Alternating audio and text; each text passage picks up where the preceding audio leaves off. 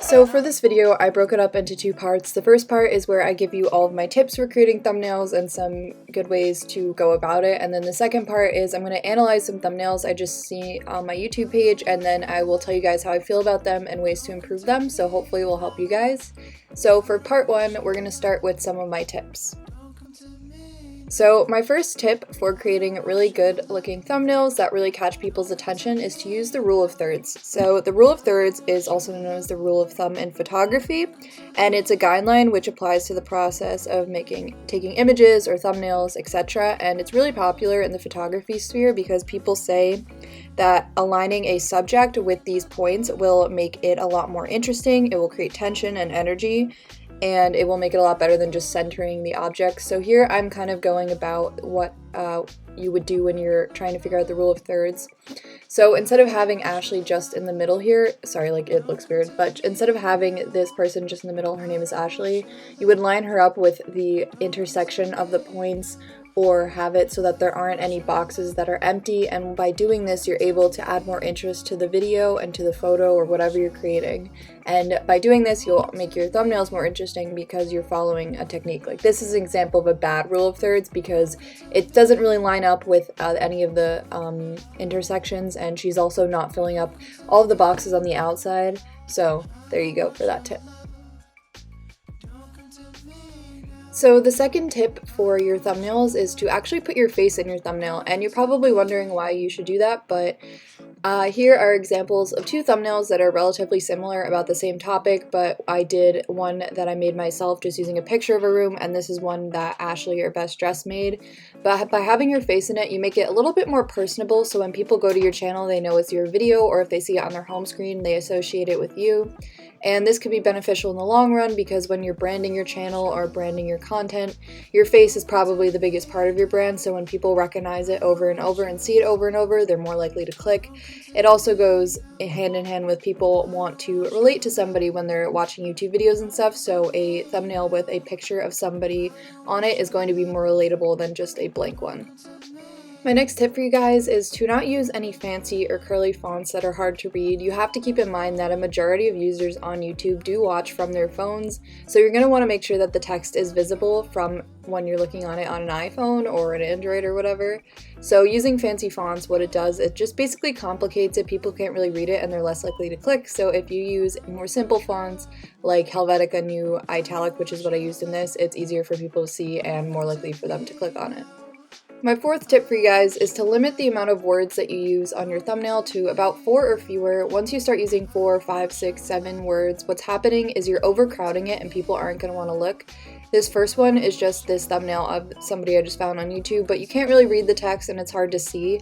But as opposed to this next one by Ashley, again, Best Dressed, where she has literally 2 words, 50, and then outfits on it, so it makes it easy to see. People get the point of the video and they're not squinting their eyes trying to read it, because again, that plays into the idea of like the mobile phone and being able to see it on a mobile phone, and if you have more than 4 words, it's not really possible. Tip number 5 is to stick to simple, uncrowded visuals when you're making your thumbnail. So this is an example of a poor thumbnail just because there's a lot of contrast and dark colors, which makes the text hard to read. There's a lot of text on it and there's a lot going on, as opposed to this thumbnail by Emma Chamberlain, where there's literally 2 things, her face and a cookie. And it may seem wrong because the person who made the first thumbnail probably put a lot more effort into it, but having a very simple design, a clean design, makes it easier to see on the phone, but also makes people just want to click more, because when things are crowded or overcomplicated, you don't really want to click on it, you're not that interested, but with the other way, it just garners a lot more interest for the video.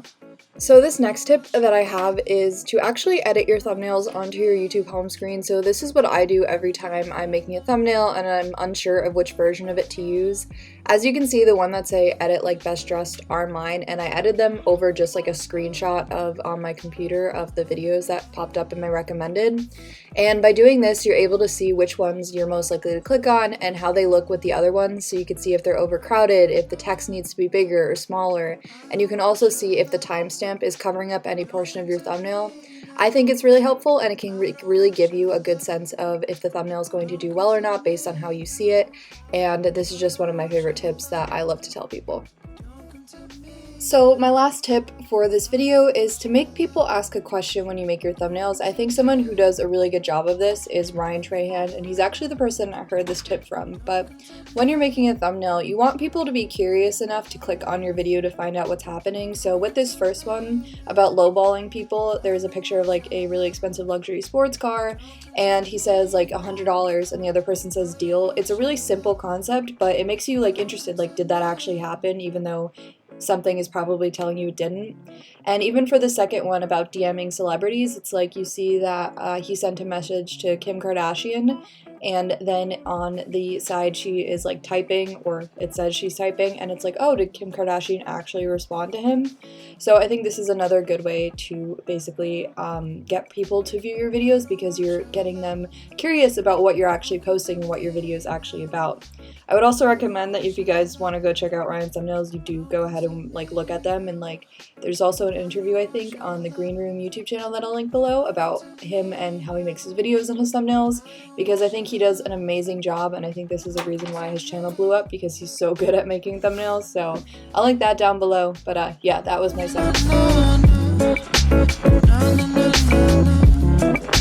I just wanted to make a note before I go into this part that I'm not necessarily bashing any of these people. They obviously have their own design choices and their own things that they like for their channel. Like, I know a lot of these people edit these thumbnails in a way that suits their brand.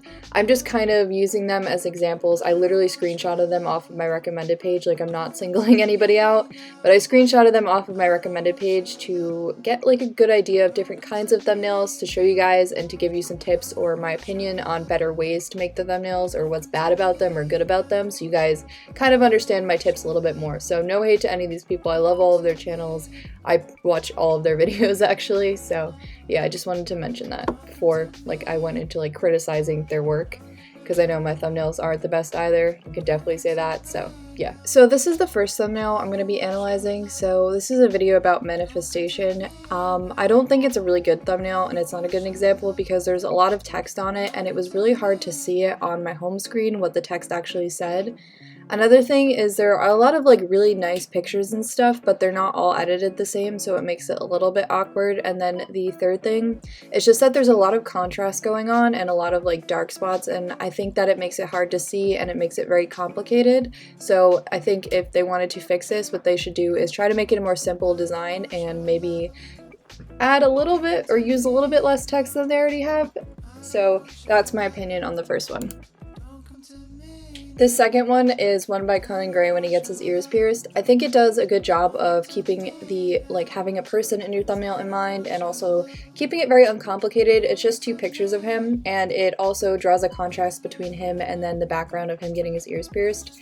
I think that the colors are also edited the same, so it's a good thumbnail overall, but there are definitely ways that make it, maybe adding text or something to make it a little bit more interesting than it is right now.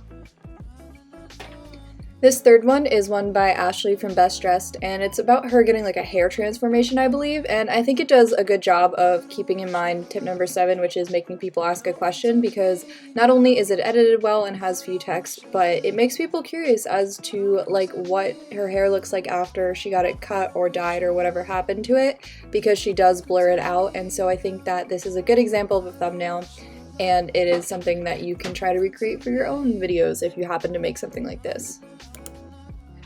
Again, I think this one also does a good job of keeping the question tip in mind, because I think this video is about them wearing like the longest lashes, but this thumbnail looks like absolutely ridiculous, and they do use minimal text, but it does really stand out on your homepage, and you're like, why the heck do they have those eyelashes on? Like, what is the purpose of it and what happens in their day? So I think this is also another good example of a good thumbnail. Another thing I wanted to note for the last 3 in general is that the images are also like crisp and easy to see, and they're bright and they're not super dark, and I think that's also important, is editing the photos so that they're good quality just in general, because when you have a thumbnail you're not going to want to see something grainy, because then people aren't going to want to click on it because they'll think the video is bad quality. So that's just another thing I just wanted to like make a little bit of a note on. So this next thumbnail really bothers me, and I love Hannah, but I don't know what's happening here. I think that the concept is good of having all the different pieces, like I think that that definitely looks cool, but I think that having her so small on the left side of the screen and having a white background really distracts people from what the video is actually about. I think a way to fix this would be to change the background color to blue and to also blow up the images on the right so that there is no white space behind it. Because by doing this, it just looks like a lot of different pieces just thrown together, and it looks like there wasn't like a ton of effort put into it, even though there definitely or probably was. And I think the text though too is good. I think that it's easy to read and such, but it's just like the colors and editing is just really it's not doing it for me. So this thumbnail is a really good example, I think, of a thumbnail. This is a video I think that Ryan did about the penny challenge, which is trying to turn a penny into like $100 or something, or live a few days off of one penny by flipping it. And so this is the second day of the challenge, and I think he does a good job of encompassing what the video is about, because I know he made a lemonade stand, but he really makes all the graphics like super clear and easy to see. The colors are bright and they're attractive, and it all looks like a really sharp image. On top of that, the text on it is easy to read. You can easily read Lemonade and easily read Day 2, which is essential to what his video is about. And there's no extra words or people in it to overcomplicate it, because that is also something that could be bad. So I think this is a really good example of a thumbnail.